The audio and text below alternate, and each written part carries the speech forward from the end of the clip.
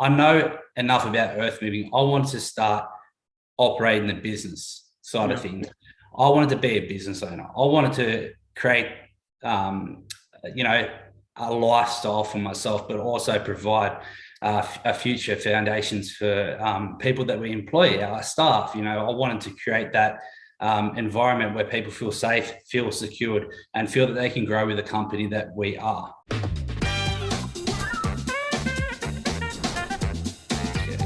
So joining me on the call today, I've got Daniel Slattery from Orizonta. Welcome to the call, Daniel. Yeah, thank you very much for having me, David. It's a pleasure to be here. Obviously, we can see some construction stuff in the background, but tell us a bit about what Orizonta does.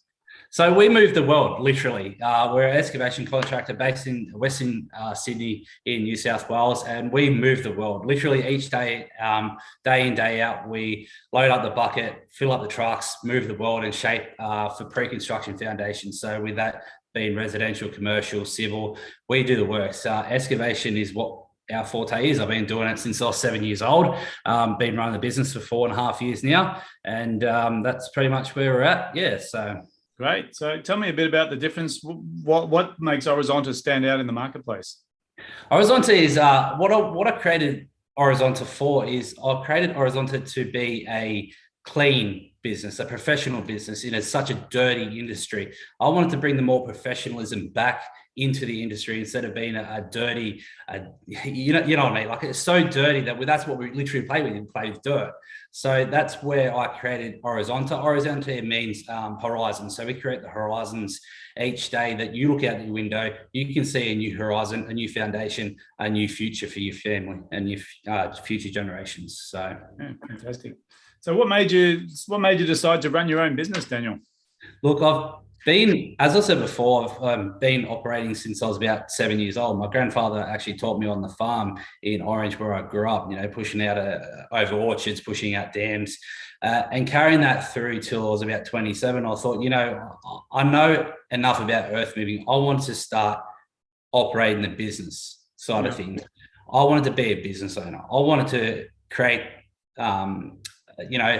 a lifestyle for myself, but also provide a future foundations for people that we employ, our staff. I wanted to create that environment where people feel safe, feel secured, and feel that they can grow with the company that we are. So yeah, that's one of the main reasons I built the business. But of course, I love machines. I love anything with a big motor. Yeah, so anything with a motor and horsepower, that's what I love. So give me a snapshot. So where's the business right now? So the business is at growth stage where we actually seen a lot of contracts come through. We've done the plant hire side of the business. We're going to take a lot more contract work on now. Now that we're licensed, we have our trademarks ready. We're trademarked in class 35, 37, which gives us a broader scope to be able to trade in that without having to know that someone else is going to take our logo and our name. So. Yeah. Before the call, you mentioned that you went through a bit of turmoil with the trademarking. Do you want to share a bit of that story?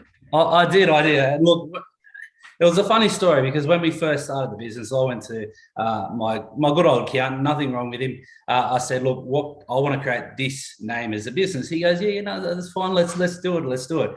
A little bit older, 18 months down the track, I actually realized I received a cease and desist to say, you can't trade your company. You have to close it down. You have to give us a domain. And this is from a world brand company, like a well-known company. And I was like, what do? I had a few sleepless nights, David. I really had no idea what to do. But seeking professional help, I was actually able to go, you know what? Let's rebrand.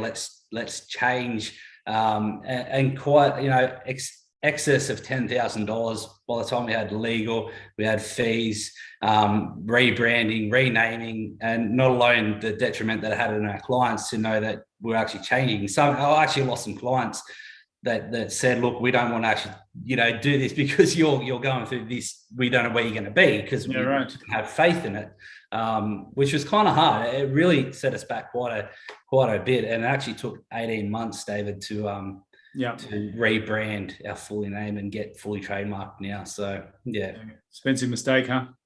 It was, and if it was actually quite good because we went through the stat deck with the attorneys who put us in touch with their client and said, look, if you sign this, you will not get taken to federal court. And I was like, that's where I wanted to avoid. I really wanted to avoid federal court. I didn't want to go there. I was like, if I go there, they're going to delay. I'm not going to survive if we do that. So what can we do? And that's where we come down to, with my trademark attorney, my branding specialist, we actually come with this beautiful little plan and go, let's try and do this. But it was still a costly mistake. Yeah, fantastic. Yeah. Valuable lesson. So it is. Tell me about the future of Orizonta. So where do you see the company going? We see ourselves as, like I said, we see ourselves going as a contract company with doing civil work. A lot more. We're going to start taking on a lot more government work. We're going to try and build our business so we can actually be a number one player.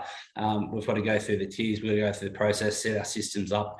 Everything's coming together, piecing together now that last December, we actually got the approval for all our trademarks, which means we can blow up and basically grow off that. So it's actually all legal, all done. It's cross the lines, dot the T's. Yeah. So you've been in business for a little while. Tell me, what do you feel is the best piece of business advice you've ever received? The best piece of advice that you have to believe in yourself when you go into business. A lot of people self-doubt.